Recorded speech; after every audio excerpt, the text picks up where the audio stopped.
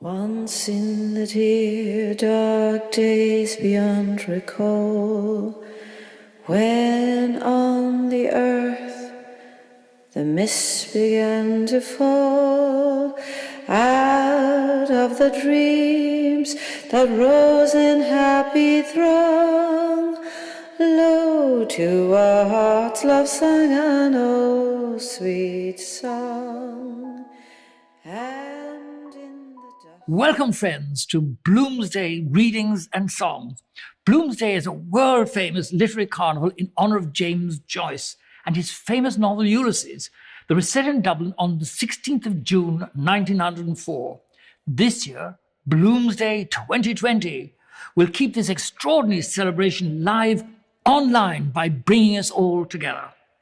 The Bloomsday Festival's afternoon of readings and songs from Ulysses in the heart of Dublin city's centre, in the heart, we may say, of the Hibernian metropolis, is a long-standing and treasured tradition. Today, we are delighted to bring together some of Ireland's most talented writers, actors, musicians, pundits, and everyone in between, reading extracts from Ulysses. The readings will bring to life Joyce's immortal words, from his description of Dublin's snot-green sea to Molly Bloom's immortal yes. We thank you for watching, and we hope that it inspires you to delve into Ulysses, and that those who can will consider donating to one of our chosen charities, which are World's Child Cancer, Focus Ireland, and Age Action. Our sincerest thank you for taking time to be a part of this event, and for our sponsors, for the readers, for the Department of Culture, Heritage and the Gaeltacht, Dublin City Council, Dublin UNESCO City of Literature and Fáilte Ireland, all of whom have kept the Bloomsday Festival alive in a year when so many arts festivals and events have been cancelled. Like James Joyce, we will all have Dublin written on our hearts and experience a very personal journey across Dublin from our own homes. So thank you all very much. A very happy Bloomsday. Don't forget, if you can, donate and help others. And above everything, dip into the book. Read a chapter here and there. Read even a little selection and be part of our very happy Bloomsday.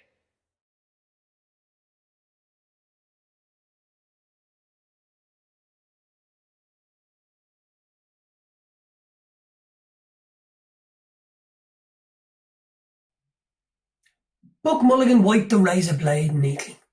Then, gazing over the handkerchief, he said, "The Bard's nose rag.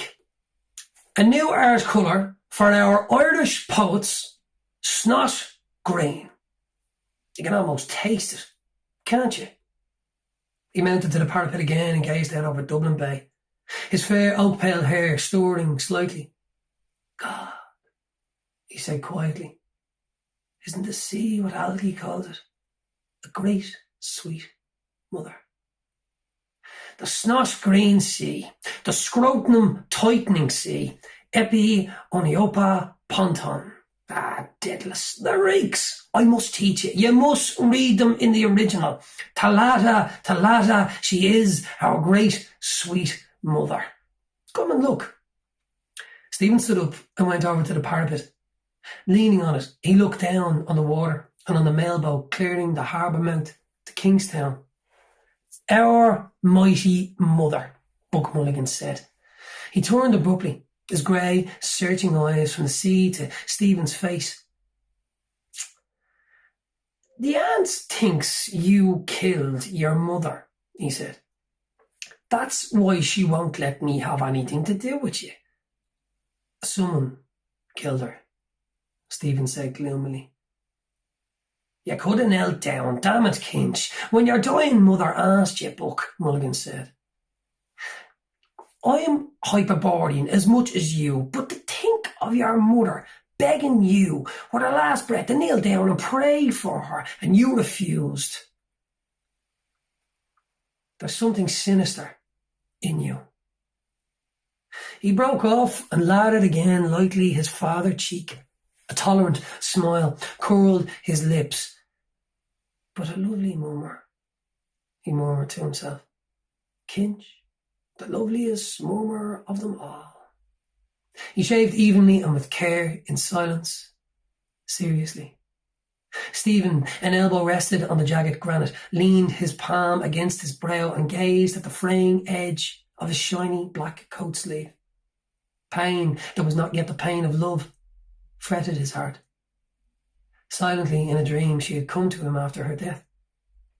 Her wasted body within its loose brown grave clothes, giving off an odour of wax and rosewood, her breath that had bent upon him, mute, reproachful. A faint odour of wetted ashes crossed the threadbare cuffage. He saw the sea hailed as a great, sweet mother by the well-fed voice beside him. The ring of bay and skyline held a dull green mass of liquid. A bowl of white china had stood beside her deathbed, holding the green, sluggish boil which she had torn up from her rotting liver by fits of loud groaning. Vomiting. Buck Mulligan wiped again his razor blade. Ah, poor dog's body, he said in a kind voice. I must give you a shirt and a few nose rags. How are the second-hand breeks? They fit well enough, Stephen answered. Buck Mulligan attacked a hollow beneath his underlip. The mockery of it, he said contentedly. Second leg they should be. God knows what poxy bowsy left them off. I have a lovely pair of hairstripe grey. You look spiffing in them. I'm not joking, Kinch. You look damn well when you're dressed. Thanks, Stephen said. I can't wear them if they're grey. You can't wear them, Buck Mulligan told his face in the mirror. Etiquette is etiquette. He kills his mother, but he can't wear grey trousers. He folded his razor neatly and with stroking palps of fingers felt the smooth skin. Stephen turned his gaze from the sea into the plump face with his smokable blue, mobile eyes. That fellow I was in the ship last night, said Buck Mulligan, says you have GPI. He's up in Dottyville with Connolly Moran. General paralysis of the insane. He swept the mirror half-circle in the air to flash the tidings abroad in sunlight. Now radiant on the sea. His curling shaven lips laughed, and the edges of his white glittering teeth. Laughter seized all his strong, well-knit trunk. Look at yourself, he said. You dreadful bard. Stephen bent forward and peered at the mirror held out to him, cleft by a crooked crack. Hair on end, as he and others see me. Who chose this face for me? This dog's body to rid of vermin? It asks me to. I pinched it out of the skivvy's room, Buck Mulligan said. It does her all right. The aunt always keeps plain-looking servants for Malachy. Lead him not into temptation. And her name is Ursula. Laughing again, he brought the mirror away from Stephen's peering eyes. The rage of Caliban at not seeing his face in the mirror. If Wilde were only alive to see you.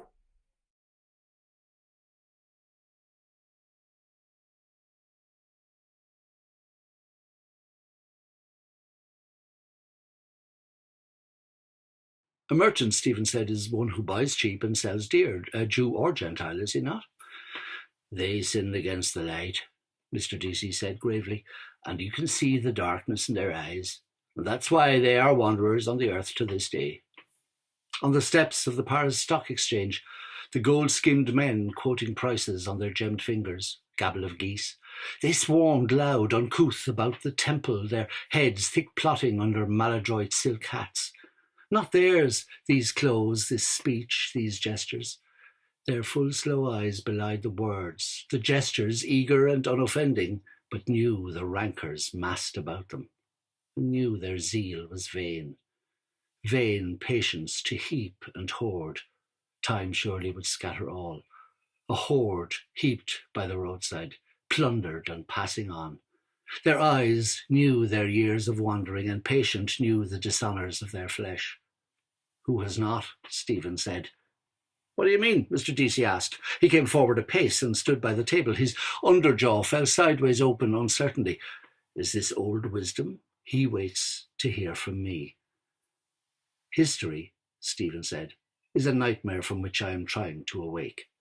From the playfield, the boys raised a shout, a whirring whistle. Goal! What if that nightmare gave you a back kick? The ways of the Creator are not our ways, Mr. Deasy said. All human history moves towards one great goal, the manifestation of God. Stephen jerked his thumb towards the window, saying, That is God. Hooray! Aye! Brrree! What? Mr. Deasy asked. A shout in the street, Stephen answered, shrugging his shoulders. Mr. Deasy looked down and held for a while the wings of his nose, tweaked between his fingers. Looking up again, he set them free. I am happier than you are, he said. We have committed many sins and many errors. A woman brought sin into the world. For a woman who was no better than she should be, Helen, the runaway wife of Menelaus, 10 years the Greeks made war on Troy.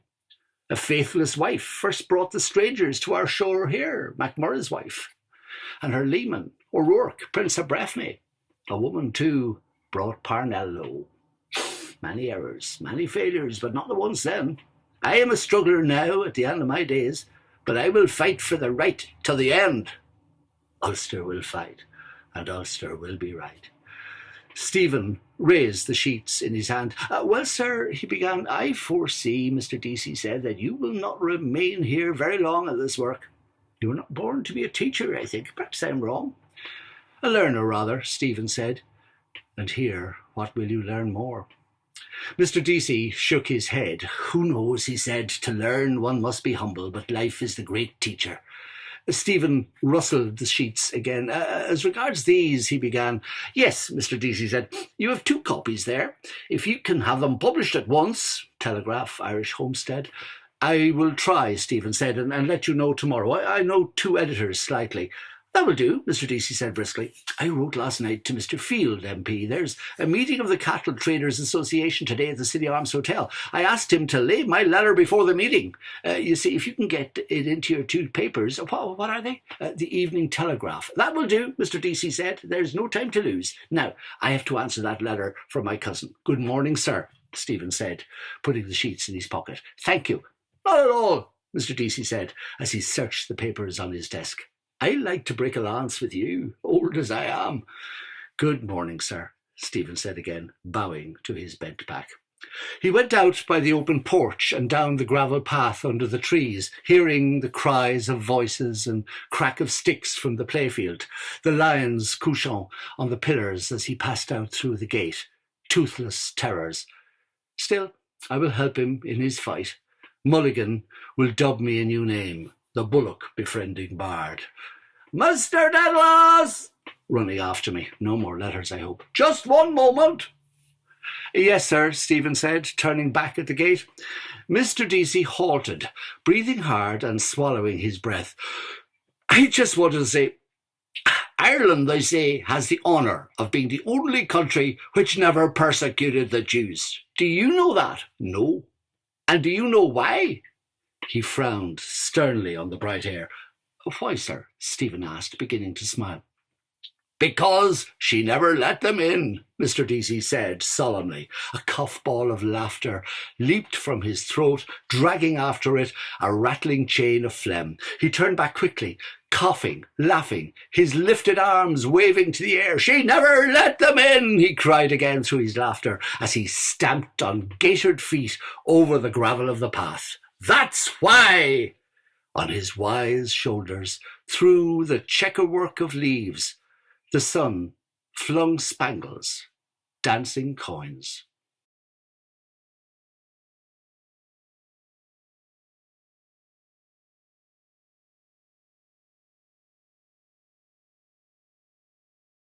Ineluctable modality of the visible, at least that, if no more, thought through my eyes. Signatures of all things I am here to read. Sea spawn and sea wrack, the nearing tide, that rusty boot. Snot green, blue silver, rust, coloured signs, limits of the diaphane. But, he adds, in bodies. Then he was aware of them bodies, before of them coloured. How? By knocking his sconce against them, sure. Go easy. Bald he was, and a millionaire, maestro de color Casano. Limit of the diaphane in. Why in? Diaphane, adiaphane. If you can put your 5 fingers through it, it is a gate. If not, a door.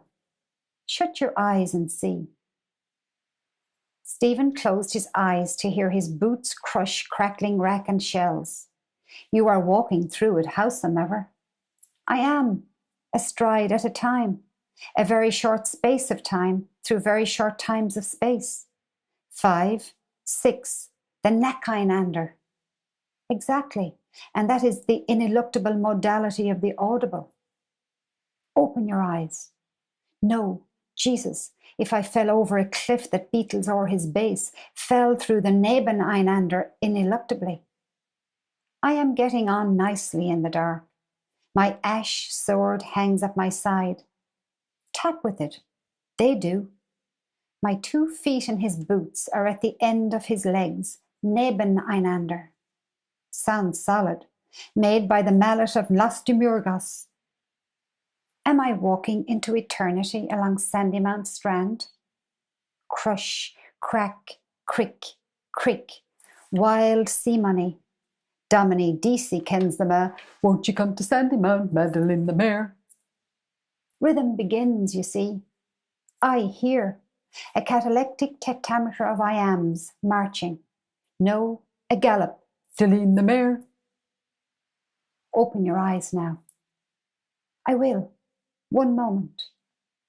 Has all vanished since? If I open and am forever in the black adiaphane? Basta. I will see if I can see. See now. There all the time without you, and ever shall be, world without end. They came down the steps from Leahy's terrace prudently, Frauenzimmer, and down the shelving shore flabbily, their splayed feet sinking in the silted sand. Like me, like Algy, coming down to our mighty mother. Number 1 swung lordily her midwife's bag, the other's gamp poked in the beach. From the Liberties, out for the day.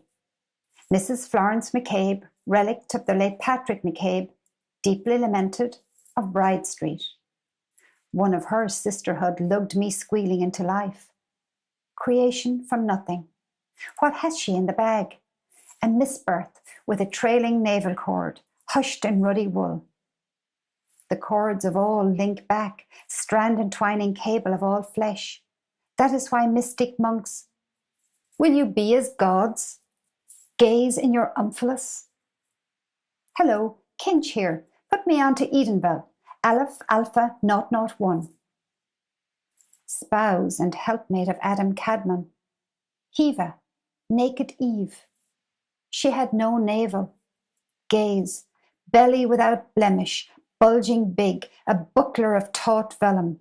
No, white-heaped corn, orient and immortal, standing from everlasting to everlasting.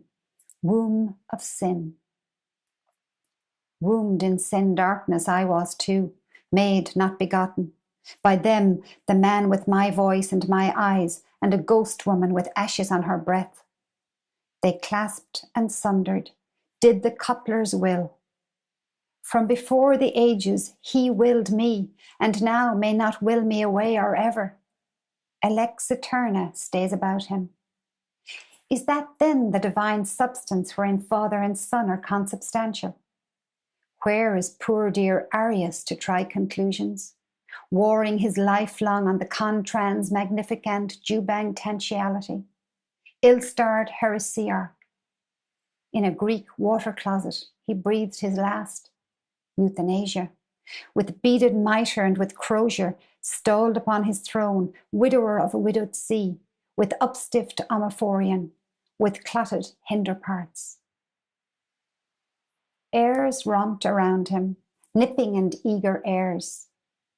They are coming, waves, the white-maned seahorses, champing, bright wind bridled, the steeds of Mannanon. I mustn't forget his letter for the press. And after, the ship, 12:30. By the way, go easy with that money like a good young imbecile. Yes, I must.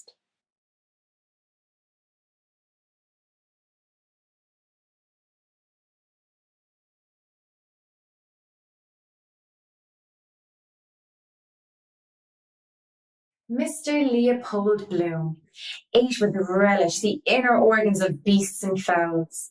He liked thick giblet soup, nutty gizzards, a stuffed roast heart, liver slices fried with crust crumbs, fried hencods roes. Most of all, he liked grilled mutton kidneys, which gave his palate a fine tang of faintly scented urine. Kidneys were in his mind as he moved about the kitchen softly, writing her breakfast things on the humpy tray. Gelid light in the air in the kitchen, but out of doors, gentle summer morning everywhere. Made him feel a bit peckish. The coals were reddening. Another slice of bread and butter? 3, 4? Right. She didn't like her plate full. Right. He turned from the tray, lifted the kettle off the hob and set it sideways on the fire. It sat there, dull and squat. Its spout stuck out. Cup of tea soon? Good. Mouth dry.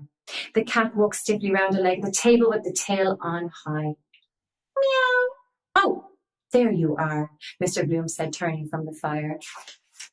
The cat meowed in answer and stalked again stiffly round a leg of the table, meowing. Just how she stalks over my writing table. Prrr, scratch my head. Prrr. Mr. Bloom watched curiously, kindly, the leaf black form. Clean to see, the gloss of her sleek hide, the white button under the butt of her tail, the green flashing eyes.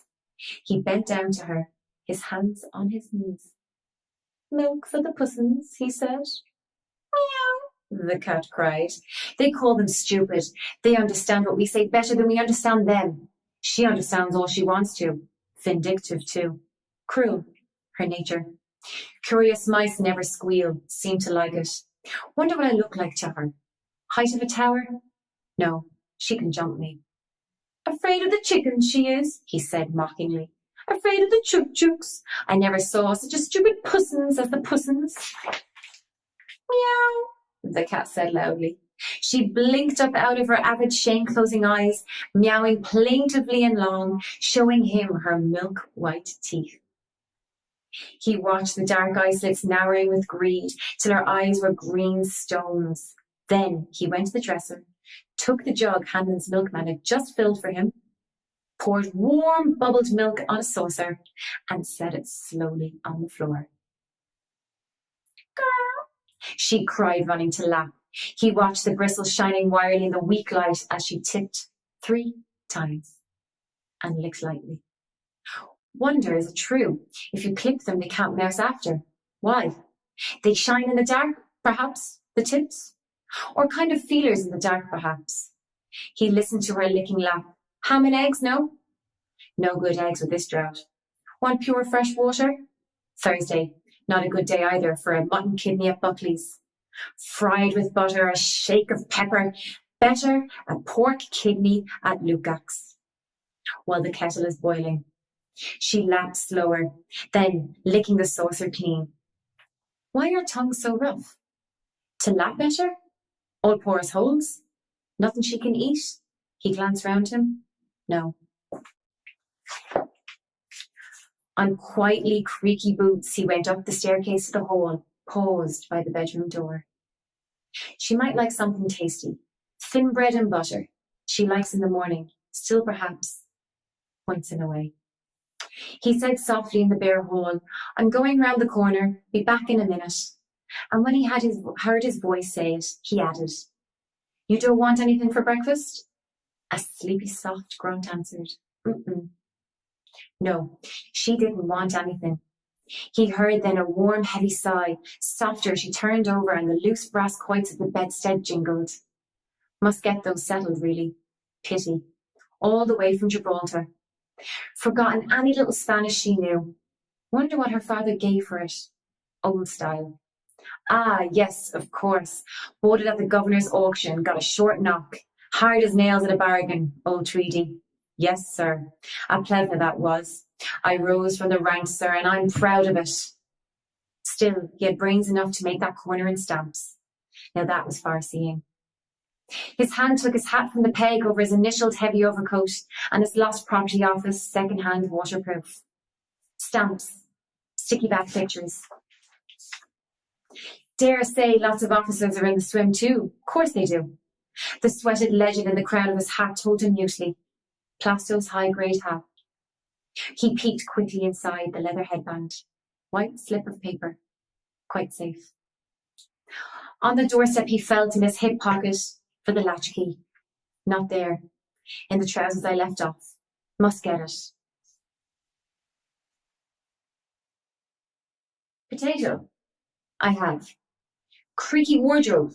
No use disturbing her. She turned over sleepily that time. He pulled the hall door after him quietly, more to the footleaf dropped gently over the threshold.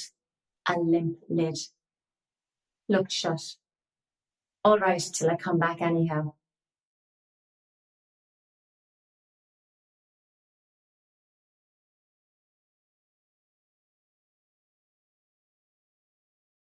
How goes the time? 1:15. Time enough yet. Better get that lotion made up. Where is this? Ah, yes, the last time. Swanny's in Lincoln Place. Chemists rarely move. Their green and gold beacon jars too heavy to stir. Hamilton Long's, founded in the year of the flood. Huguenot churchyard near there. Visit someday. He walks southward along Westland Row. But the recipe is in the other trousers. Oh, and I forgot that latchkey too. Bore this funeral affair. Oh well, poor fellow, it's not his fault. When was it I got it made up last? Wait, I changed a sovereign, I remember. First of the month it must have been, or the second. Oh, we can look it up in the prescriptions book. The chemist turned back page after page. Sandy, shriveled smell he seems to have. Shrunken skull. And old. Quest for the philosopher's stone. The alchemists. Drugs aid you after mental excitement. Lethargy then. Why? Reaction. A lifetime in a night. Gradually change your character. Living all the day among herbs, ointments, disinfectants. All his alabaster lily pots. Mortar and pestle. Ac, dist, fall, law, tavirid. Smell almost cure you, like the dentist's doorbell. Dr. Whack. He ought to physic himself a bit. Electuary or emulsion. The first fellow that picked an herb to cure himself had a bit of pluck. Simples. Want to be careful. Enough stuff here to chloroform you. Test. Turns blue litmus paper red. Chloroform. Overdose of laudanum. Sleeping draughts. Love philtres. Paregoric poppy syrup bad for cough. Clogs the pores of the phlegm. Poison's the only cures. Remedy where you least expect it. Clever of nature. About a fortnight ago, sir? Yes, Mr. Bloom said. He waited by the counter, inhaling the keen reek of drugs, the dusty, dry smell of sponges and loofahs. A lot of time taken up telling your aches and pains. Sweet almond oil and tincture of benzoin, Mr. Bloom said. And then orange flower water. It certainly did make her skin so delicate white, like wax. And white wax also, he said. Brings out the darkness of her eyes, looking at me, the sheet up to her eyes. Spanish, smelling herself when I was fixing the links in my cuffs. Those homely recipes are often the best. Strawberries for the teeth, nettles and rainwater. Oatmeal, they say, steeped in buttermilk. Skin food. One of the old Queen's sons, Duke of Albany, was it? Had only one skin. Leopold, yes. 3 we have. Warts, bunions and pimples to make it worse. But you wanted perfume too. What perfume does your... Peau d'Espagne. That orange flower. Pure curd soap. Water is so fresh. Nice smell these soaps have. Time to get a bath round the corner. Hammam, Turkish, massage. Dirt gets rolled up in your navel. Nice of a nice girl did it. Also, I think I do it in the bath. Curious longing eye. Water to water. Combine business with pleasure. Pity no time for massage. Feel fresh then all day. Funeral be rather glum. Yes, sir, the chemist said. That was 2 and 9. Have you bought a bottle? No, Mr. Bloom said. Make it up, please. I'll call later in the day and I'll take one of those soaps. How much are they? 4pence, sir. Mr. Bloom raised a cake to his nostrils. Sweet lemony wax. I'll take this one, he said. That makes 3 and a penny. Yes, sir, the chemist said. You can pay all together, sir, when you come back. Good, Mr. Bloom said. He strolled out of the shop, the newspaper baton under his armpit, the cool wrappered soap in his left hand. At his armpit, Bantam Lion's voice and hand said, Hello, Bloom. What's the best news? Is that today's? Show us a minute. Shaved off his moustache again. By Jove. Long, cold upper lip. To look younger. He does look balmy. Younger than I am. Bantam Lion's yellow, black-nailed fingers unrolled the baton.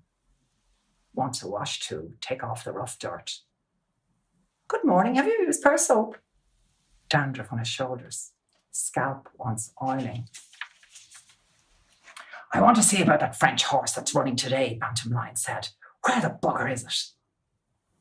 He rustled the pleated pages, jerking his chin on his high collar. Barber's itch. Tight collar. He'd lose his hair. Better leave him the paper and get shut of him. You can keep it, Mr. Bloom said.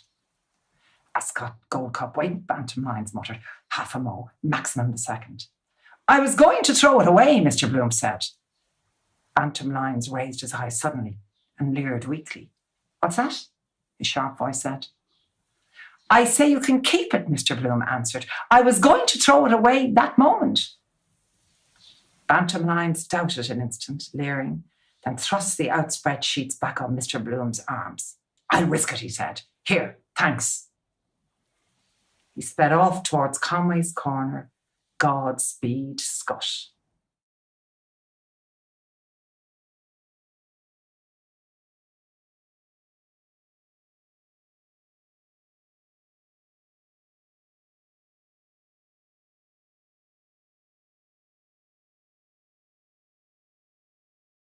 White horses with white frontlet plumes came round the rotunda corner, galloping. A tiny coffin flashed by in a hurry to bury. A mourning coach, unmarried. Black for the married, piebald for bachelors. Done for a nun. Sad, Martin Cunningham said. A child. A dwarf's face. Mauve and wrinkled like little Rudy's was. Dwarf's body. Weak as putty in a white-lined deal box. Burial-friendly society pays. Penny a week for a sodded turf. Our little beggar baby. Meant nothing. Mistake of nature. If it's healthy, it's from the mother. If not, from the man. Better luck next time. Poor little thing, Mr. Daedalus said. It's well out of it. The carriage climbed more slowly the hill of Rutland Square. Rattle his bones over the stones. Only a pauper nobody owns. In the midst of life, Mr. Cunningham said, but worst of all, Mr. Power said, is the man who takes his own life. Martin Cunningham drew out his watch, briskly coughed, and put it back. The greatest disgrace to have in the family, Mr. Power added. Temporary insanity, of course, Martin Cunningham said decisively. We must take a charitable view of it. They say a man who does it is a coward, Mr. Daedalus said. It's not for us to judge, Martin Cunningham said. Mr. Bloom, about to speak, closed his lips again. Martin Cunningham's large eyes looking away now. Sympathetic human man he is. Intelligent, like Shakespeare's face. Always a good word to say. They have no mercy on that here, or infanticide.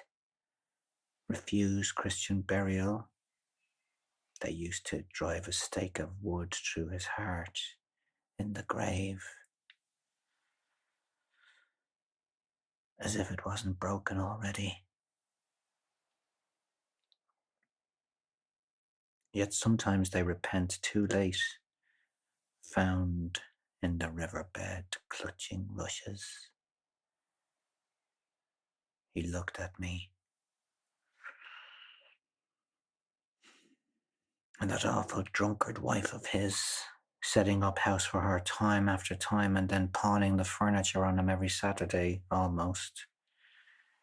Bleeding him the life of the damned. Wear the heart out of a stone, that. Monday morning, start afresh, shoulder to the wheel. Lord, she must have looked a sight that night. Daedalus told me he was in there, drunk about the place and capering with Martin's umbrella. And they call me the jewel of Asia, the geisha. He looked away from me. He knows. Rattle his bones. That afternoon of the inquest, the red-labelled bottle on the table, the room in the hotel with hunting pictures. Stuffy it was. Sunlight through the slats of the Venetian blind, the coroner's sunlit ears, big and hairy, boots giving evidence. Thought he was asleep first, then saw like yellow streaks on his face. Had slipped down the foot of the bed. Verdict. Overdose. Death by misadventure. The letter. For my son, Leopold. No more pain. Wake no more. Nobody owns.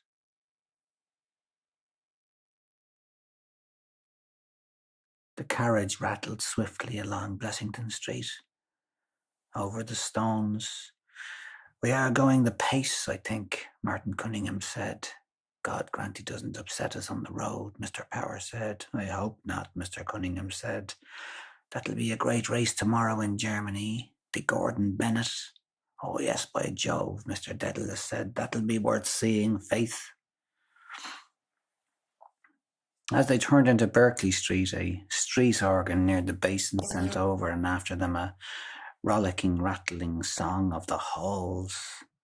Has anybody here seen Kelly? Kelly? Dead March from Saul. He's as bad as old Antonio. He left me on my own-io. Pirouette. The Mater Misericordiae. Eccles Street. My house down there. Big place. Ward for incurables there. Very encouraging. Our Lady's Hospice for the dying. Dead house handy underneath. Where old Mrs. Reardon died. They look terrible, the women. Her feeding cup and rubbing her mouth with the spoon. Then the screen round her bed for her to die. Nice young student that was, dressed that bite the bee gave me. He's gone over to the lying-in hospital, they told me. From one extreme to the other.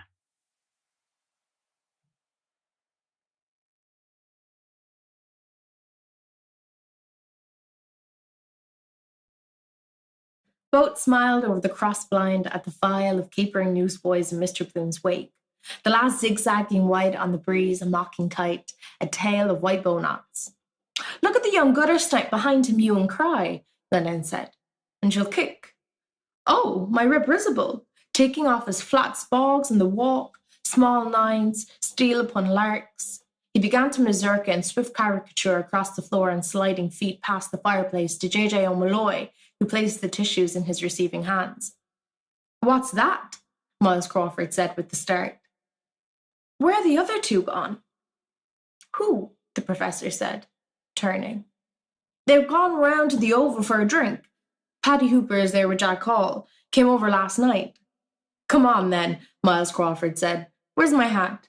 He walked jerkily into the office behind, parting the vent of his jacket, jingling his keys in his back pocket.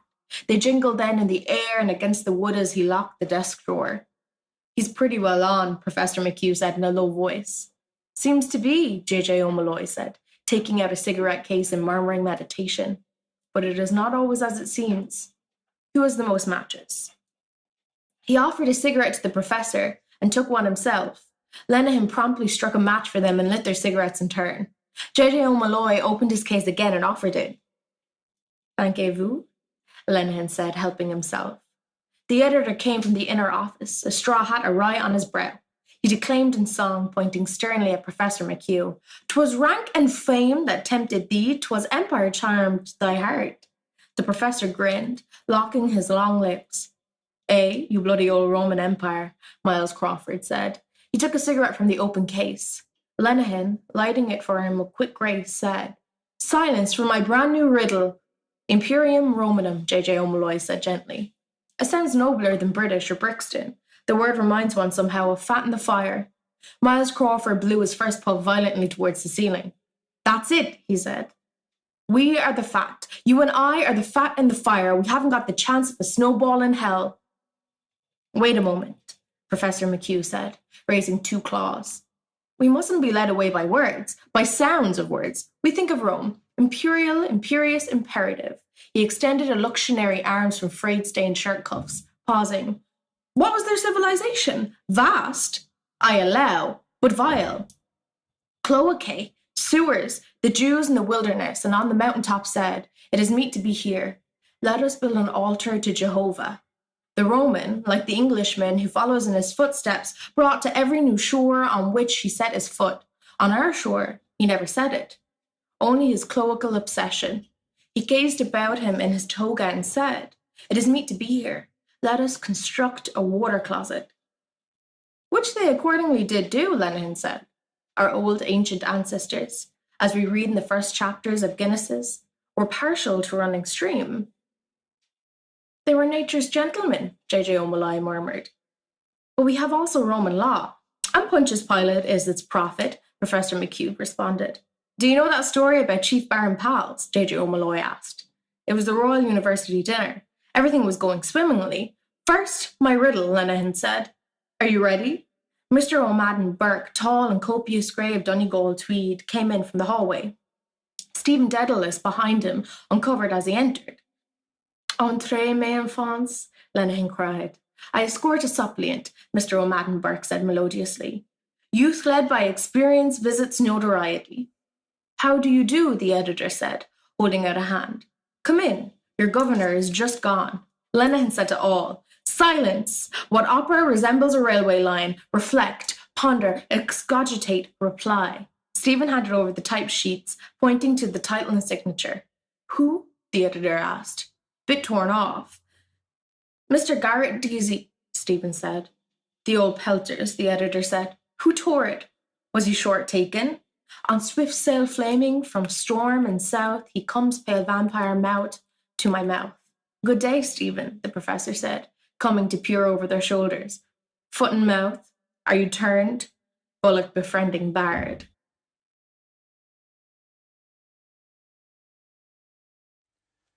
I'm going to read you an excerpt from a book called James, Seamus and Jack by James Stephens, which is a book of unpublished writings of James Stephens.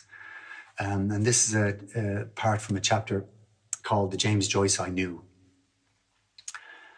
Small excerpt. One day we were in that cafe, which is halfway up the Champs-Élysées on the left-hand side. Very famous, and I can't remember its name. And he told me at the table that he was the only person living who knew a certain folk song. He had learned it from his grandfather, and his grandfather had asserted that one, it was a lost song, and two, it was the best love song in the world. He sang it to me in his careful tenor voice, while three devoted waiters listened in and bowed respectfully at the end of each verse.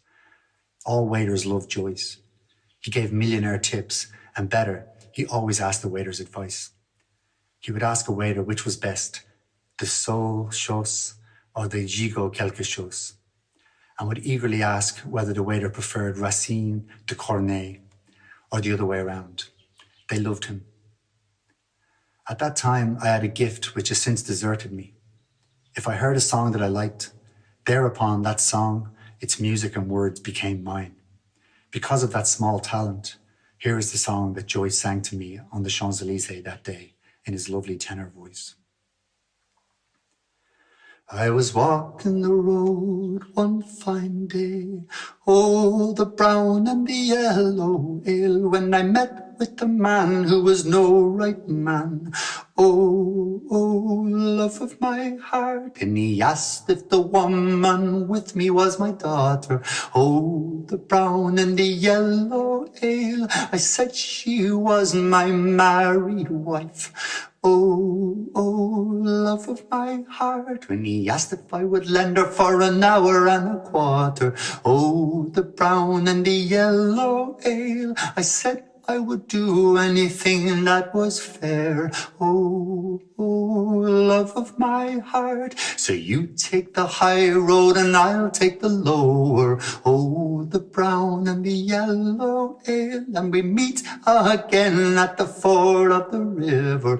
Oh, oh, love of my heart. I was sitting there for a day and a quarter. Oh, the brown and the yellow ale. When she came to me without any shame. Oh, oh, love of my heart. When I heard her tale, I lay down and I died. Oh, the brown and the yellow ale. She sent 2 men to the wood for timber. Oh, oh, love of my heart. A board of holly and a board of elder. Oh, the brown and the yellow ale. And 2 great yards of sacking about me. Oh, oh, the love of my heart. If it wasn't that my own little mother was a woman. Oh, the brown and the yellow ale. I'd sing another pretty song about women. Oh, oh, love of my heart.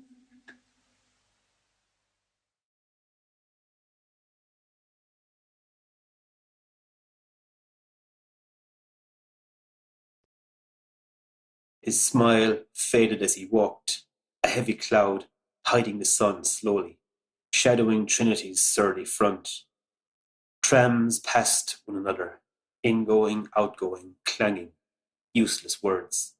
Things go on same, day after day. Squads of police marching out, back, trams in, out. Those two loonies mooching about. Dignam carried off.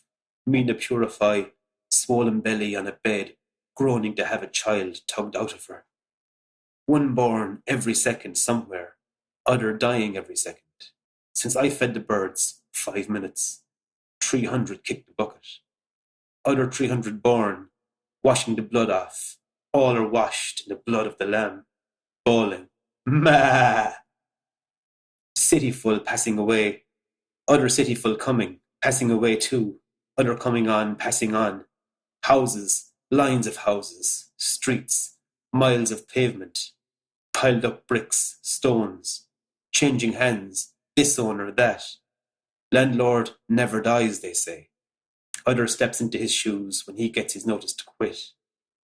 They buy the place up with gold, and still they have all the gold. Swindle in it somewhere. Piled up in cities, worn away age after age, pyramids in sand, built on bread and onions. Slaves, Chinese wall, Babylon, big stones left, round towers, rest rubble, sprawling suburbs, jerry-built. Kirwan's mushroom houses built of breeze, shelter for the night. No one is anything. This is the very worst hour of the day. Vitality, dull, gloomy, hate this hour. I feel as if I had been eaten and spewed. Provost's house, the Reverend Dr. Salmon, tinned salmon. Well tinned in there, like a mortuary chapel. Wouldn't live in it if they paid me. Hope they have liver and bacon today. Nature abhors a vacuum. The sun freed itself slowly and lit glints of light among the silverware opposite in Walter Sexton's window, by which John Howard Parnell passed unseeing. There he is, the brother, image of him, haunting face. Now that's a coincidence. Of course, hundreds of times you think of a person and don't meet him. Like a man walking in his sleep, no one knows him. Must be a corporation meeting today. They say he never put on the city marshal's uniform since he got the job. Charlie Kavanagh used to come out on his high horse, cocked hat, puffed, powdered and shaved. Look at the woebegone walk of him, eating a bad egg, poached eyes on ghost. I have a pain. Great man's brother, his brother's brother. He'd look nice on the city charger. Drop into the DBC, probably for his coffee. Play chess there. His brother used men as pawns. Let them all go to pot. Afraid to pass a remark on him. Freezed him up with that eye of his. That's the fascination. The name. All a bit touched. Mad Fanny and his other sister, Mrs. Dickinson, driving about with scarlet harness, bolt upright like Surgeon Mardle. Still, David Sheehy bet him for Southmead.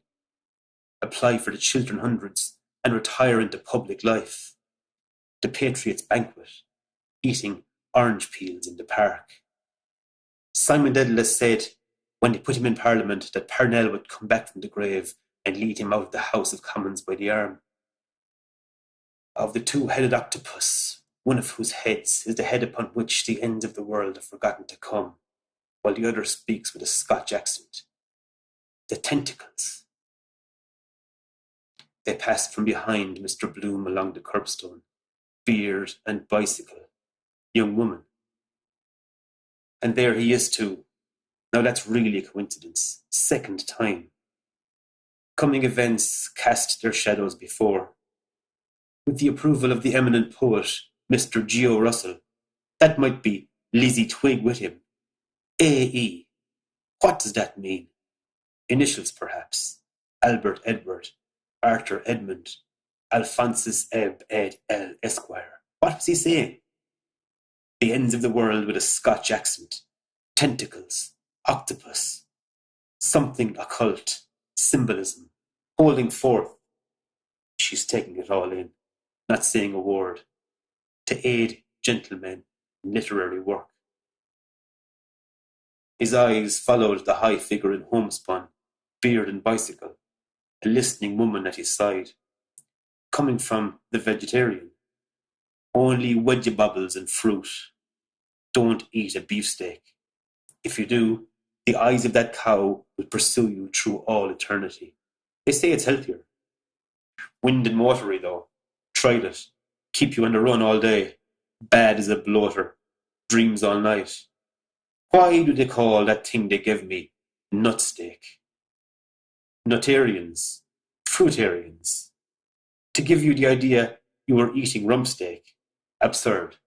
Salty, too. They cook in soda. Keep you sitting by the tap all night.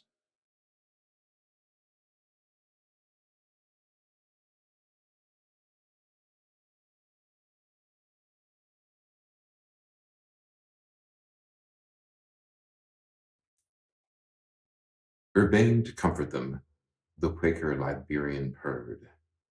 And we have we not, those priceless pages of Wilhelm Meister, a great poet on a great brother poet, a hesitating soul taking arms against a sea of troubles, torn by conflicting doubts, as one sees in real life.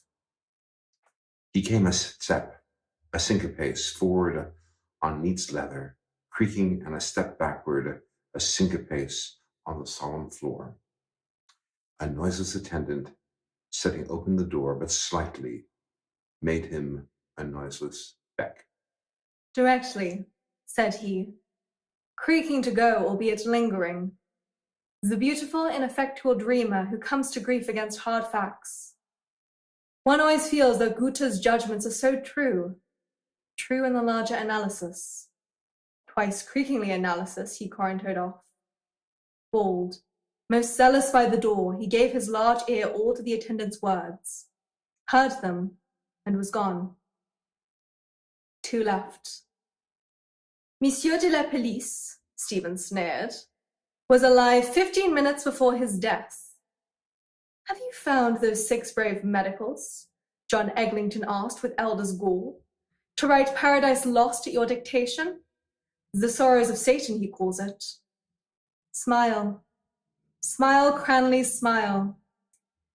First he tickled her, then he patted her, then he passed the female catheter, for he was a medical, jolly old Medi. I feel you would need one more for Hamlet. 7 is dear to the mystic mind, the shining 7, WB calls them. Glitter-eyed, his rufous skull close to his green-capped desk lamp, sought the face, bearded amid dark greenish shadow, an olive, holy-eyed. He laughed low, a sizer's laugh of Trinity, unanswered. Orchestral Satan, weeping many a rude, tears such as angels weep. Edegle avea del col fatto trombetta. He holds my follies hostage. Cranley's 11 true Wicklow men to free their Ireland. Gap-toothed Kathleen, her 4 beautiful green fields, the stranger in her house, and one more to hail him, Ave Rabbi, the Tina Healy 12. In the shadow of the glen he coos for them.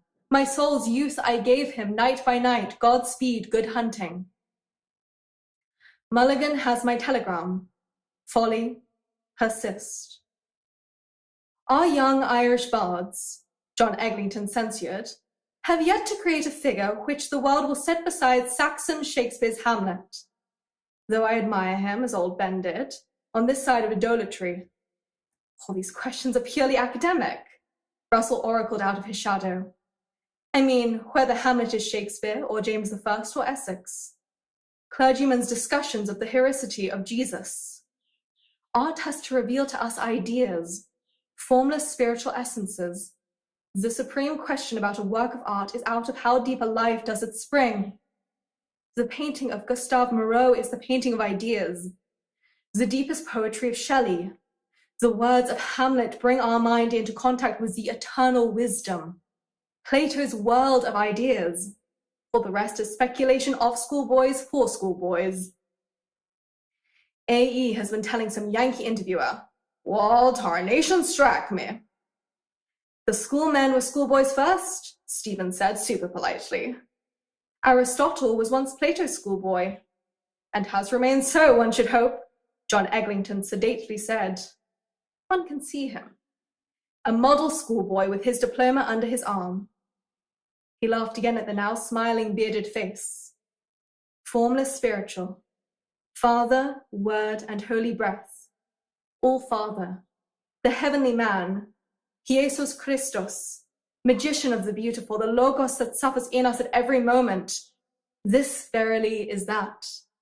I am the fire upon the altar. I am the sacrificial butter.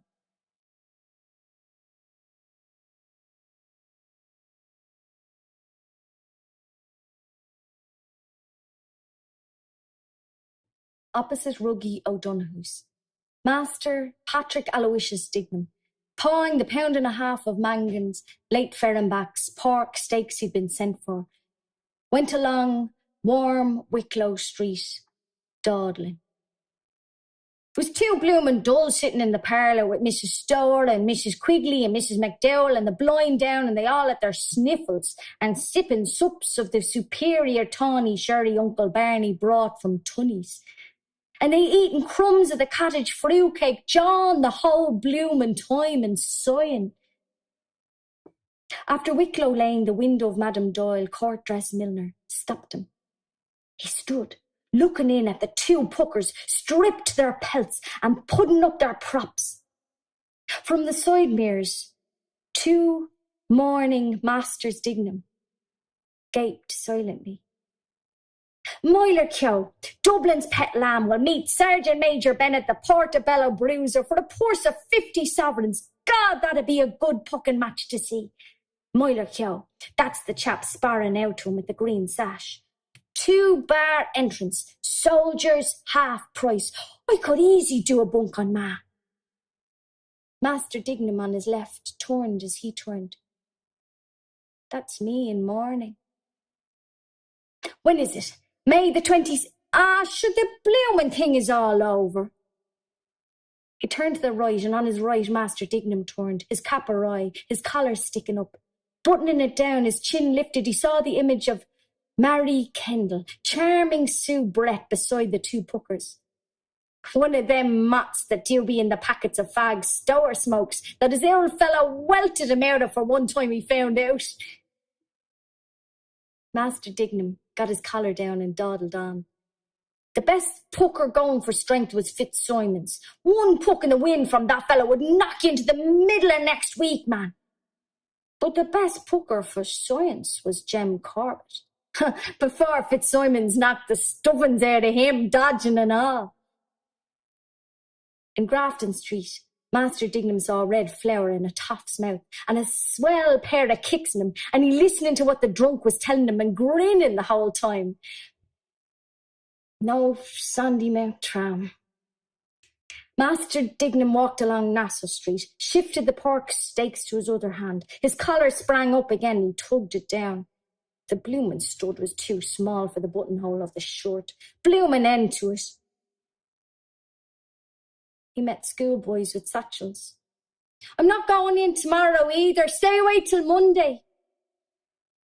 He met other schoolboys. Do they notice I'm in mourning? Uncle Barney said he'd get it into the paper tonight. Then they'll see it in the paper and they'll see my name in it and Pa's name. His face got all grey instead of red like it was, and there was a fly walking over it up to his eye. The scrunch that was when they were screwing in the screws into the coffin. And the bumps when they were bringing it down the stairs. Pa was inside it and Ma crying in the parlour and Uncle Barney telling the men how to get it round the bend. A big coffin it was. And high. And heavy looking. How was that? The last night Pa was boozed, he was standing on the landing there, bawling out for his boots to go out to Tunnies for to booze more, and he looked butty and short in his shirt. Never see him again. Death, that is. Pa is dead. My father is dead. He told me to be a good son to Ma. I couldn't hear the other things he said, but I saw his tongue and his teeth trying to say it better. Poor Pa. That was Mr. Dignam, my father.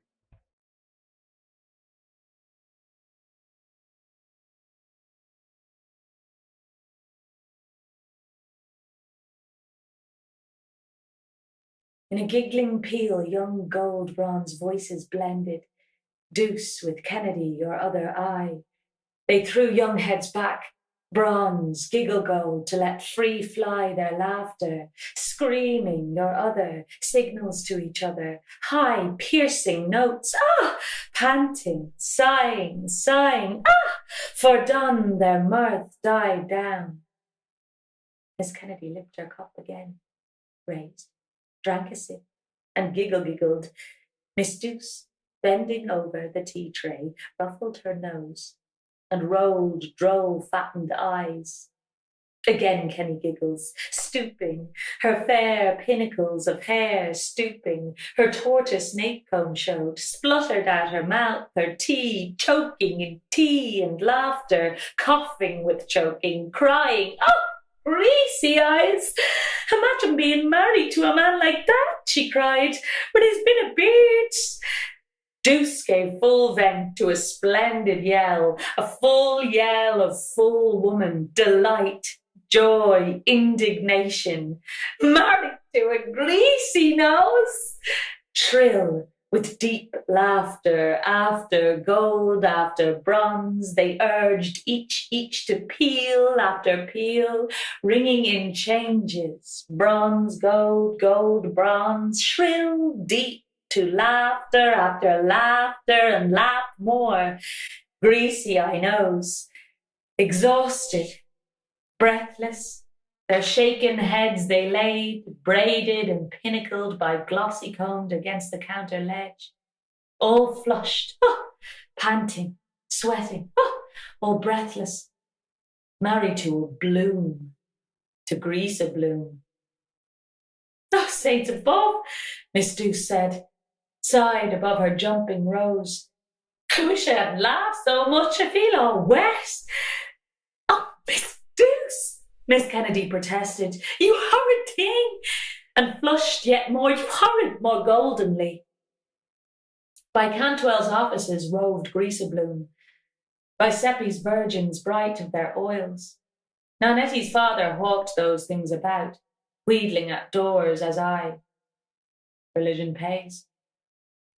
Must see him for that par. Eat first. I want. Not yet. At 4, she said.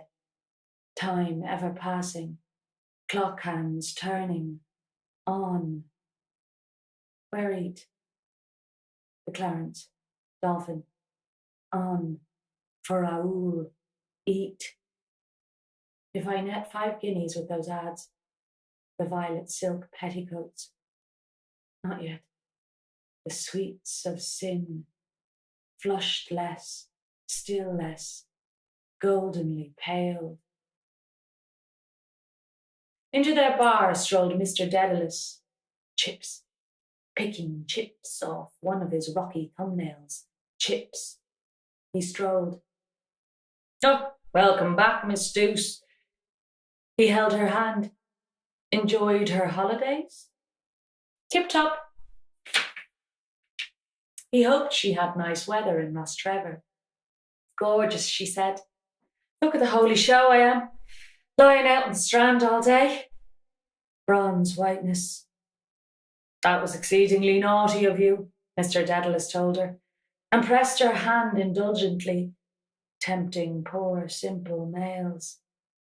Miss Deuce of Satin deuced her arm away. Wait, she said. You're very simple, I don't think. He was. Well, now I am, he mused. I look so simple in the cradle they christened me Simple Simon. You must have been a doty. Miss Douce made answer. And what did the doctor order today? Well, now, he mused, whatever you say yourself. I think I'll trouble you for some fresh water and half a glass of whiskey. Jingle. With greatest alacrity, Miss Douce agreed. With grace of alacrity towards the mirror-gilt Cantrell and Cochrane's she turned herself. With grace she tapped a measure of gold whiskey from her crystal keg.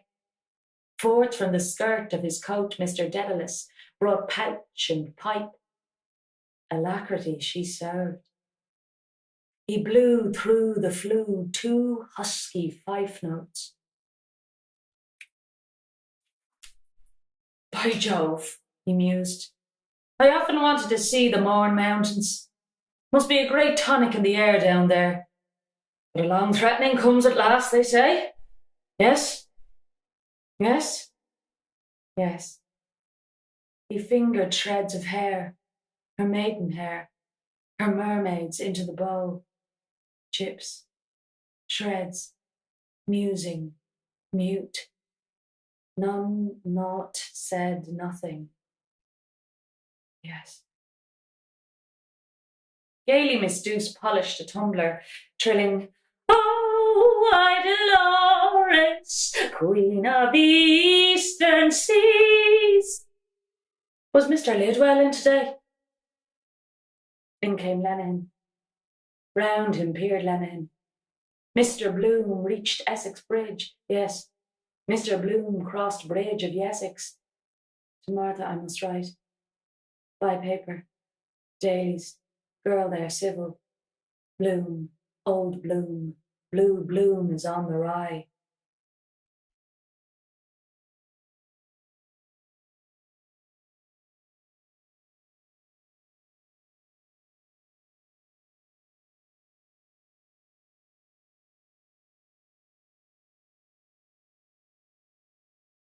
That's your glorious British Navy, says the citizen that bosses the earth, the fellows that never will be slaves, with the only hereditary chamber on the face of God's earth, and their land in the hands of a dozen game hogs and cotton ball barons.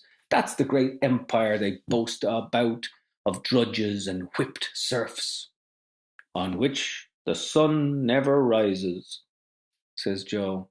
And the tragedy of it is, says the citizen, they believe in it. The unfortunate yahoos believe in it. They believe in Rog.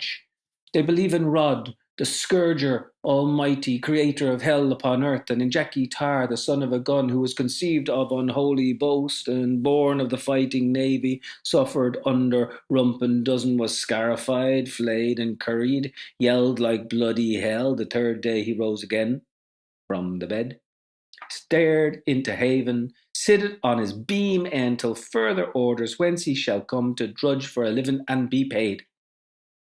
But, says Bloom, isn't discipline the same everywhere? I mean, wouldn't it be the same here if you put force against force? Didn't I tell you? As true as I'm drinking this porter, if he was at his last gasp, he'd be trying to downface you that dying was living. We'll put force against force, says the citizen. We have our greater Ireland beyond the sea. They were driven out of house and home in the Black 47. Their mud cabins and their sheilings by the roadside were laid low by the battering ram, and the Times rubbed its hands and told the white-livered Saxons there would soon be as few Irish in Ireland as redskins in America. Even the Grand Turk sent us his piastres. But the Sassenach tried to starve the nation at home, while the land was full of crops that the British hyenas bought and sold in Rio de Janeiro. Aye, they drove out the peasants in hordes. 20,000 of them died in the coffin ships, but those that came to the land of the free remember the land of bondage. And they will come again, and with a vengeance. No cravens, the sons of Granwhalia, the champions of Kathleen ní Húlahan. Perfectly true, says Bloom, but my point was, we are a long time waiting for that day, citizen, says Ned, since the poor old woman told us that the French were on the sea and landed at Killala. Aye, says John Weiss, we fought for the royal stewards that reneged us against the Williamites, and they betrayed us. Remember Limerick and the broken treaty stone? We gave our best blood to France and Spain, the wild geese. Fontenoy, eh? And Sarsfield, and O'Donnell, Duke of Teuton in Spain, and Ulysses Brown of Camus, that was Field Marshal to Maria Theresa. But what did we ever get for it? The French, says the citizen. Set of dancing masters. Do you know what it is? They were never worth a roasted fart to Ireland. Aren't they trying to make an entente cordiale now at Tay-Pay's dinner party with perfidious Albion? Firebrands of Europe, and they always were. Conspuez les Français, says Lenehan, nobbling his beer. And as for the Prussians and the Hanoverians, says Joe, haven't we had enough of those sausage-eating bastards on the throne from George the Elector down to the German lad and the flatulent old bitch that's dead? Jesus. I had to laugh at the way he came out with that about the owl one with the winkers on her blind drunk in a royal palace every night of God, old Vic, with her jorum of Montague and her coachman carting her up body and bones to roll into bed, and she pulling him by the whiskers and singing him old bits of songs about Erin on the Rhine and come to where the booze is cheaper. Well, says JJ, we have Edward the Peacemaker now. Tell that to a fool, says the citizen. There's a bloody sight more pox than pax about that boyo, Edward Guelph Wetton. And what do you think, says Joe, of the holy boys, the priests and bishops of Ireland, doing up his room in Maynooth in his satanic majesty's racing colours and sticking up pictures of all the horses his jockeys rode? The Earl of Dublin, no less. They ought to have stuck up all the women he rode himself, says Little Elf. And says JJ, considerations of space influenced their lordship's decision. Will you try another? Says Joe. Yes, sir, I will, says he. I will. You, says Joe. Beholden to you, Joe, says I. May your shadow never grow less. Repeat that dose, says Joe. And Bloom was talking and talking with John Weiss, and he quite excited with his dun-duckety mud-coloured mug on him and his old plum eyes rolling about. Persecution, says he.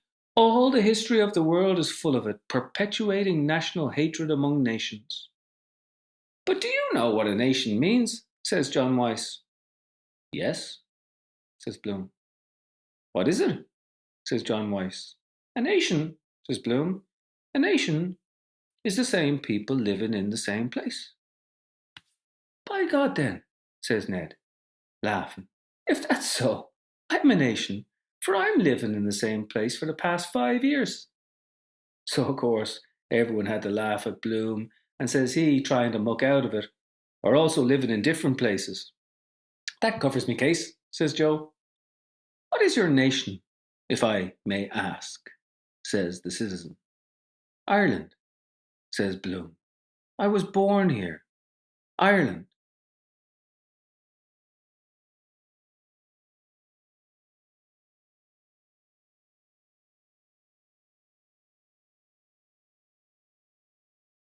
The summer evening had begun to fold the world in its mysterious embrace. Far away in the west the sun was setting, and the last glow of all too fleeting day lingered lovingly on sea and strand, on the proud promontory of dear old Hoot, gaudy as ever the waters of the bay, on the weed-grown rocks along Sandyman shore, and last but not least, on the quiet church, whence there streamed forth at times upon the stillness the voice of prayer to her who is in her pure radiance a beacon ever to the storm-tossed heart of man, Mary, star of the sea. Queen of angels, Queen of patriots, Queen of prophets of all saints, they pray, Queen of most holy rosary. And then Father Conroy handed the thurible to Canon O'Hanlon, and he put in the incense and censed the blessed sacrament. And Sissy Caffrey caught the two twins, and she was itching to give them a ringing good clip on the ear, but she didn't, because she thought he might be watching her. But she never made a bigger mistake in all her life, because Gertie could see without looking up that he never took his eyes off of her. And then Canon O'Hanlon handed the thurible back to Father Conroy and knelt down looking up at the Blessed Sacrament. And the choir began to sing Tantum Ergo, and she just swung a foot in and out in time as the music rose and fell to the Tantum Ergo Sacramentum. 3.11 she paid for them stockings in Sparrows to George Street on the Tuesday, nor was it the Monday before Easter, and there wasn't a brack on them, and that was what he was looking at transparent, and not at her insignificant ones that had neither shape nor form, the cheek of her, because he had eyes in his head to see the difference for himself. And Jackie Caffrey shouted, "Look, there was another!" And she leaned back, and the garters were blue to match on account of the transparent, and they all saw it and shouted, "Look, look, there it was!" And she leaned back ever so far to see the fireworks, and something queer was flying about through the air, a soft thing to and fro, dark. And she saw a long Roman candle going up over the trees, up, and in the tense hush, they were all breathless with excitement as it went higher and higher, and she had to lean back more and more to look up after it, high, high, almost out of sight, and her face was suffused with an entrancing blush from straining back. She would fain have cried to him chokingly, held out her snowy, slender arms to him to come, to feel his lips laid on her white brow, the cry of a young girl's love, a little strangled cry wrung from her, that cry that has rung through the ages. And then a rocket sprang and bang, shot blinded. Oh, then the Roman candle burst and was like a sigh of, oh. And then everyone cried, "Oh, oh," in raptures, and it gushed out of it a stream of rain gold hair threads, and they shed, and they were all greeny, dewy stars, falling with golden, oh, so lively, oh, so soft, sweet, soft.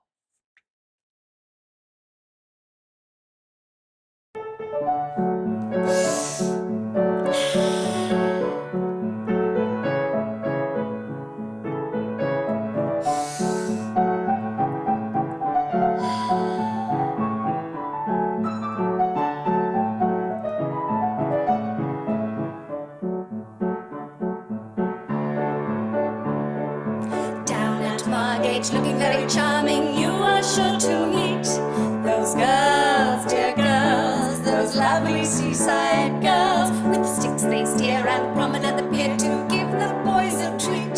In piqué silks and lace, they tip you quite a playful wink. It always is the case. You seldom stop to think. You fall in love, of course, upon the spot, but not with one girl, always with the lot. Those girls, those lovely seaside girls, all dimples, smiles and curls. Your head, it simply whirls. They look all right, complexions pink and white, diamond rings and dainty feet, golden hair from Regent Street, lace and waist and lots of face. Those pretty little seaside girls.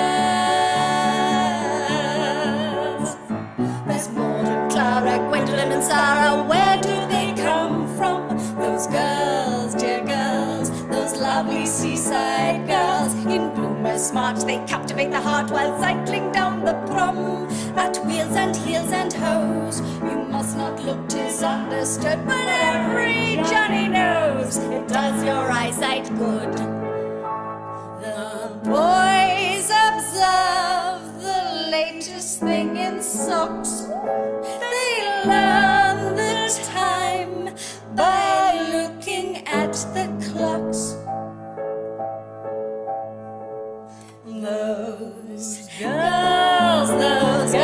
Those lovely seaside girls, all dimples, smiles and curls. Your hair it simply whirls. They look all right, complexions pink and white, diamond rings and dainty feet, golden hair from Regent Street. Lace and grace and lots of face, those pretty little seaside girls. When you go to do a little boating, just for fun you take those girls, dear girls, those lovely seaside girls. They all say we so dearly love the sea. They're way on board to make the wind begins to blow. Each girl remarks, how rough today, it's lovely, don't you know? And then they sneak away. And as the yacht starts rolling with the tide, you'll notice hanging o'er the vessel's side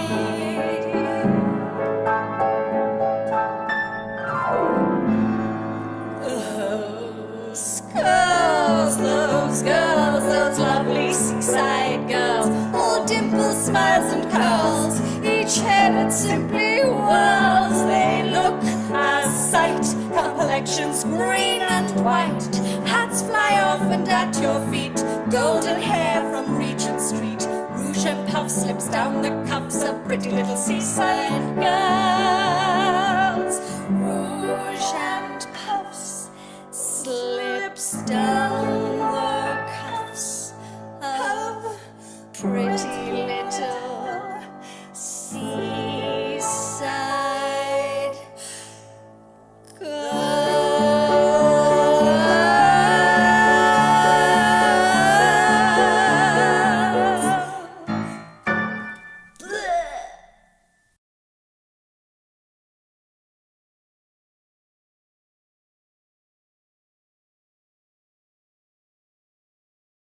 Oxen in the sun. Hoopsa boya boya hoopsa. Hoopsa boya boya hoopsa. Hoopsa boya boya hoopsa.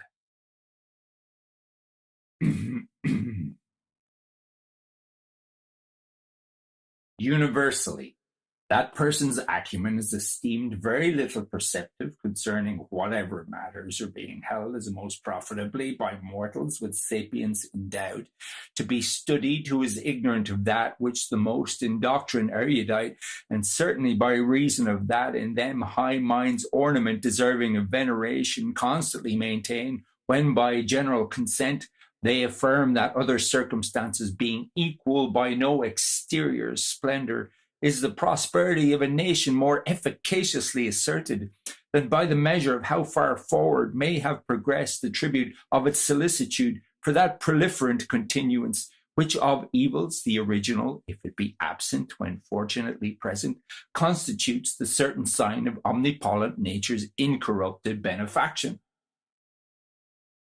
For who is there who anything of some significance is apprehended, but is conscious that that exterior splendor may be the surface of a downward tending luculent reality, or on the contrary, anyone so is there inilluminated as not to perceive that, as no nature's boon can contend against the bounty of increase, so it behoves every most just citizen to become the exhortator and admonisher of his semblables, and to tremble lest what had in the past been by the nation excellently commenced might be in the future not with similar excellence accomplished, if an inverecund habit shall have gradually traduced the honourable by ancestors' transmitted customs to that thither profundity that one was audacious excessively, who would have the hardihood to rise, affirming that no more odious offence can for anyone be than to oblivious neglect to consign that evangel simultaneously command and promise, which on all mortals with prophecy of abundance,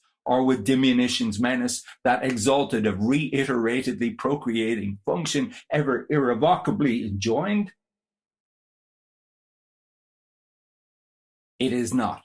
Why? Therefore, we shall wonder if, as the best historians relate, among the Celts who nothing that was not in its nature admirable admired, the art of medicine shall have been highly honoured, not to speak of hostels, leper yards, sweating chambers, plague graves.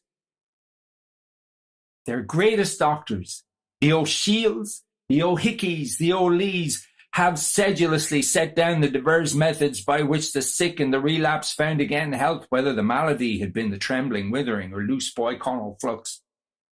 Certainly, in every public work which in it anything of gravity contains preparation should be with importance commensurate, and therefore a plan was by them adopted, whether by having preconsidered, or as the maturation of experience, it is difficult in being said, which the discrepant opinions of subsequent inquirers are not up to the present congrued to render manifest.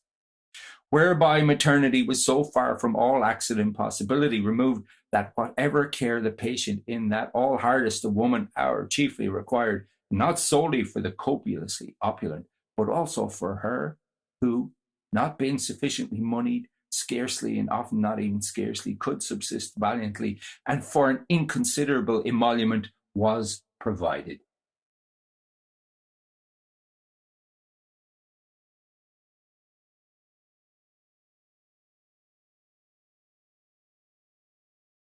Bloom. Mama. Ellen Bloom, in pantomime dame's stringed mob cap, widow twankies, crinoline and bustle, blouse with mutton-like sleeves buttoned behind, grey mittens and cameo brooch. Her plaited hair in a crispine net appears over the staircase banisters, a slanted candlestick in her hand, and cries out in shrill alarm. "Oh, blessed Redeemer! What have they done to him? My smelling salts!" She hauls up a reef of skirt and ransacks the pouch of her striped blay petticoat. A file, an Agnus Dei, a shriveled potato, and a celluloid doll fall out. "Sacred Heart of Mary, where were you at all? Bloom, mumbling, his eyes downcast, begins to bestow his parcels in his filled pockets, but desists, muttering. A voice, sharply. "Hold thee!" Bloom, who? He ducks and wards off a blow clumsily. "At your service." He looks up. Beside her mirage of date palms, a handsome woman in Turkish costume stands before him. Opulent curves fill out her scarlet trousers and jacket slashed with gold. A wide yellow cummerbund girdles her. A white yashmak, violet in the night, covers her face, leaving free only her large dark eyes and raven hair. Bloom. Mullen. Marion. "Welly, Mrs. Marion, from this out, my dear man, you speak to me." Satirically. "This poor little hubby cold feed, waiting so long." Bloom shifts from foot to foot. No, not the least little bit." He breathes in deep agitation, swallowing gulps of air. Questions, hopes, beans for her supper, things to tell her, excuse, desire, spellbound. The coin gleams on her forehead. On her feet are jeweled toe rings. Her ankles are linked by a slender fetter chain. Beside her, a camel, hooded with a turreting turban, waits. A silk ladder of innumerable rungs climbs to his bobbing howdah. He ambles near with disgruntled hindquarters. Fiercely, she slaps his haunch, her gold-curved wrist bangles angrily, scolding him in Moorish. Marion. "Nebracada femininum." The camel, lifting a foreleg, plucks from a tree a large mango fruit, offers it to his mistress, blinking in his cloven hoof, then droops his head and, grunting with uplifted neck, fumbles to kneel. Bloom stoops his back for leapfrog. Bloom.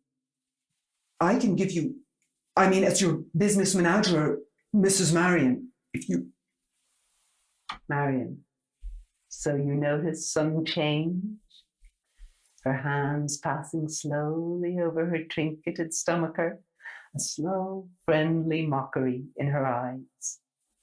"Oh, Poldy, Baldy, you are a poor old stick in the mud. Go and see life. See the wide world. Bloom, I was just going back for that lotion, white wax, orange flower water. Shop closes early on Thursday. But the first thing in the morning, he pats diverse pockets. This moving kidney. Ah. He points to the south, then to the east. A cake of new, clean lemon soap arises, diffusing light and perfume. The soap. We're a capital couple of Bloom and I. He brightens the earth, I polish the sky. The freckled face of Sweeney, the druggist, appears in the disk of the soap sun. Sweeney. 3 and a penny, please. Bloom. Yes, for my wife, Mrs. Marion. Special recipe.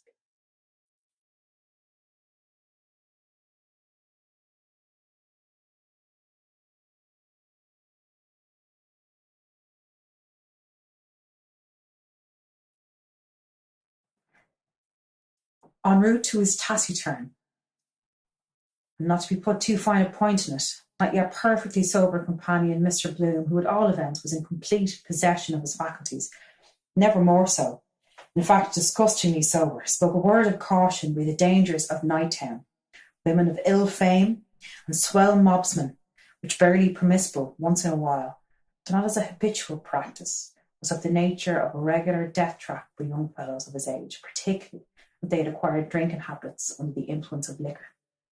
Unless you knew a little jiu-jitsu for every contingency, as even a fellow on the broad of the neck could administer a nasty kick, you didn't look out. Highly providential was the appearance on the scene of Corny Kelleher when Stephen was blissfully unconscious, that, but for that man in the gap turning up at the 11th hour, the finis might have been that he might have been a candidate for the accident ward, or, failing that, Bridewell, and an appearance in court the next day before Mr. Tobias, or he being a solicitor, rather the old wall, he meant to say, or Maloney, which simply spelt room for a chap when it all got brooded about. The reason he mentioned the fact was that a lot of those policemen whom he cordially disliked were admittedly unscrupulous in the service of the Crown, and as Mr. Bloom put it, were calling a case or two in the A Division in Clonbrassil Street, prepared to swear a hole through a 10-gallon pot. Never on the spot when wanted, but in quiet parts of the city, Pembroke Road, for example, and the guardians of the law were well in evidence, the obvious reason being that they were paid to protect the upper classes. Another thing he commented on was the equipping soldiers with firearms or sidearms of any description, liable to go off at any time, which was tantamount to inciting them against civilians should by any chance they fall not over anything. You frittered away your time, he very sensibly maintained, and health, and also character, besides which the squander mania of the thing, fast women of the demi-monde, ran away with a lot of your into the bargain, and the greatest danger of all was when he got drunk with, though touching the much vexed question of stimulants, he relished a glass of choice old wine in season as both nourishing and blood-making, and possessing aperient virtues, notably a good Burgundy, which was a staunch believer in. Still, never beyond a certain point, where he invariably drew the line as simply there to trouble all round, to say nothing of your being, at the tender mercy of others practically. Most of all, he commented adversely on the desertion of Stephen by all his pub-hunting confreres, but one, a most glaring piece of rattling on the part of his brother's medicos under all the circus. And that one was Judas, said Stephen, who up to then had said nothing whatsoever of any kind.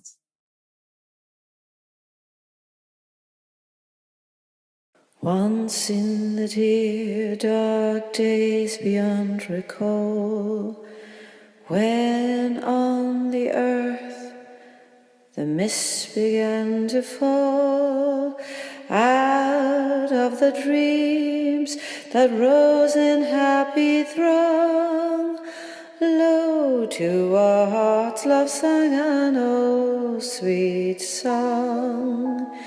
And in the dusk, where fell the firelight gleam, softly it wove itself into our dream.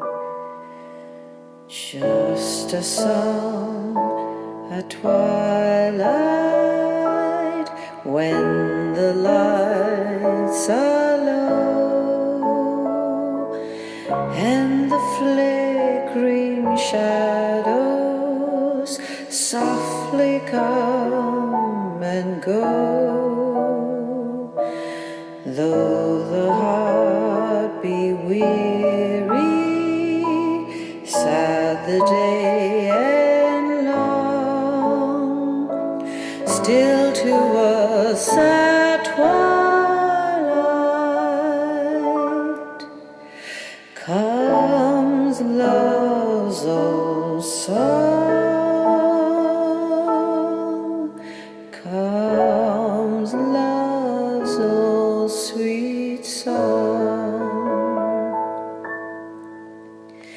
Even today we hear love sung of yore, deep in our hearts it dwells forevermore.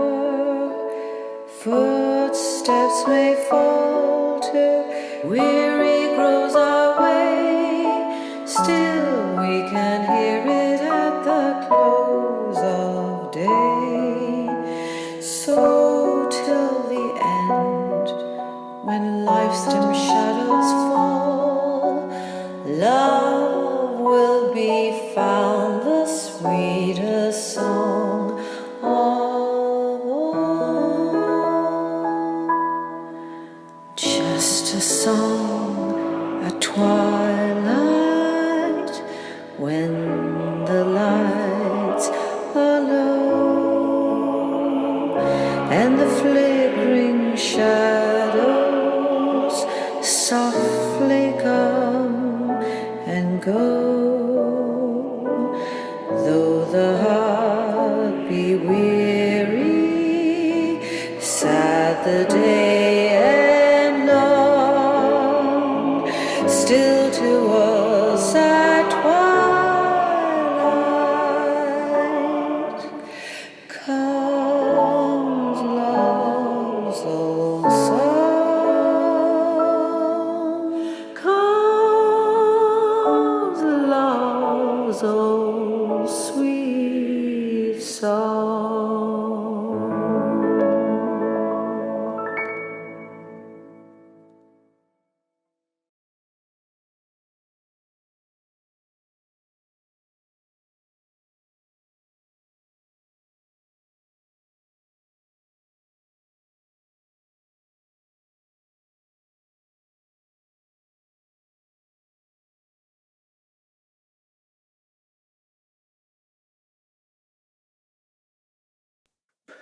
In what order of precedence, with what attendant ceremony was the exodus from the house of bondage to the wilderness of inhabitation effected? Lighted candle in stick borne by Bloom, diaconal hat on ash plant borne by Stephen. With what intonation, Socrato, of what commemorative psalm? The 113th, Modus Peregrinus, in exitu Israel de Egypto, domus Jacob de populo barbaro. What did each do at the door of egress? Bloom set the candlestick on the floor. Stephen put the hat on his head. For what creature was the door of egress a door of ingress? For a cat.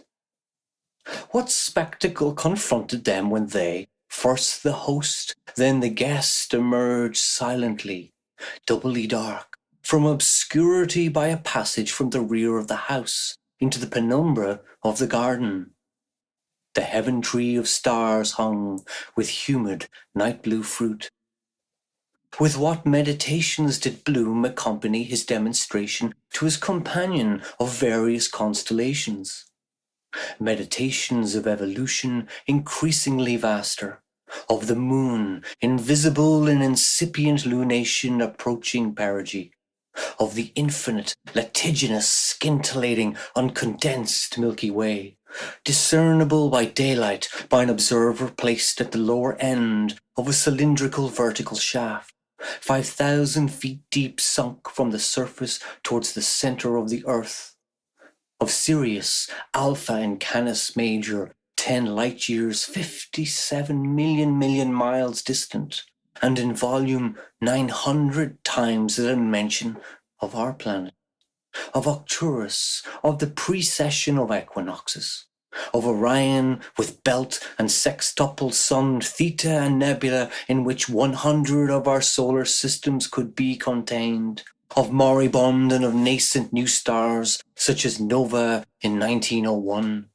of our system plunging towards the constellation of Hercules, of the parallax or parallactic drift of so-called fixed stars, in reality ever-moving wanderers from immeasurably remote aeons to infinitely remote futures in comparison with which the years 70, of allotted human life formed a parenthesis of infinitesimal brevity. Were there obverse meditations of involution increasingly less fast? Of the aeons of geological periods recorded in the stratifications of the earth? Of the myriad minute entomological organic existences concealed in cavities of the earth, beneath removable stones, in hives and mounds, of microbes, germs, bacteria, bacilli, spermatoza, of the incalculable trillions of billions, of millions of imperceptible molecules contained by cohesion of molecular affinity in a single pinhead, of the universe of human serum, constellated with red and white bodies, themselves universes of void space, constellated with other bodies, each in continuity, its universe of divisible component bodies, of which each was again divisible, in divisions of redivisible component bodies, dividends and divisors ever diminishing without actual division, till, if the progress were carried far enough, naught nowhere was never reached.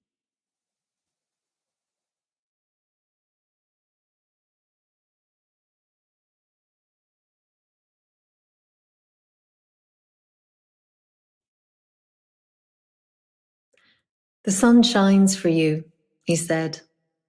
The day we were lying among the rhododendrons on Howth Head, in the grey tweed suit and his straw hat.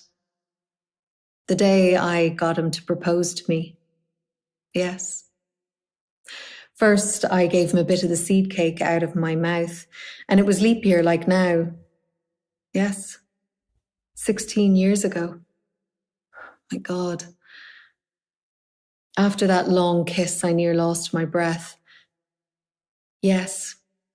He said I was a flower of the mountain. Yes. So we are flowers, all a woman's body. Yes. That was the one true thing he said in his life.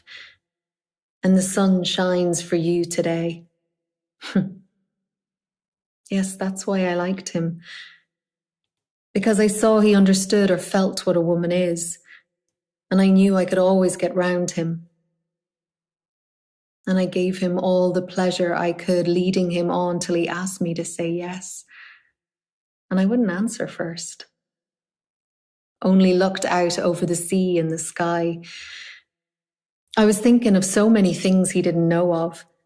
Mulvey and Mr. Stanhope and Hester and father and old Captain Groves and the sailors playing All Birds Fly, and I said stoop.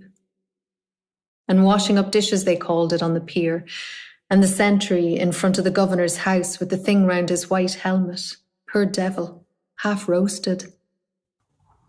And the Spanish girls laughing in their shawls and their tall combs, and the auctions in the morning. the Greeks and the Jews and the Arabs, and devil knows who else from all the ends of Europe, and Duke Street and the foul market, all clucking outside Larby Sharon's, and the poor donkeys slipping half asleep, and the vague fellows in the cloaks asleep in the shade on the steps, and the big wheels of the carts of the bulls, and the old castle, thousands of years old, yes. And those handsome Moors, all in white, and turbans like kings, asking you to sit down in their little bit of a shop, and Rhonda, with the old windows of the posadas, 2 glancing eyes, a lattice hid for her lover to kiss. The iron in the wine shops, half open at night, and the castanets, and the night we missed the boat to Algeciras, the watchman going about serene with his lamp. And oh, that awful deep down torrent. Oh, and the sea crimson sometimes, like fire, and the glorious sunsets and the fig trees in the Alameda gardens. Yes. And all the queer little streets, and the pink and blue and yellow houses, and the rose gardens and the jessamine, and geraniums and cactuses, and Gibraltar as a girl, where I was the flower of the mountain. Yes. When I put the rose in my hair, like the Andalusian girls used. Or shall I wear red? Yes. And how he kissed me under the Moorish wall, and I thought, well, as well him as another. And then I asked him with my eyes to ask again, yes. And then he asked me, would I? Yes. To say, yes, my mountain flower. And first I put my arms around him, yes, and drew him down to me so he could feel my breasts all perfume, yes. And his heart was going like mad, and yes, I said, yes, I will, yes.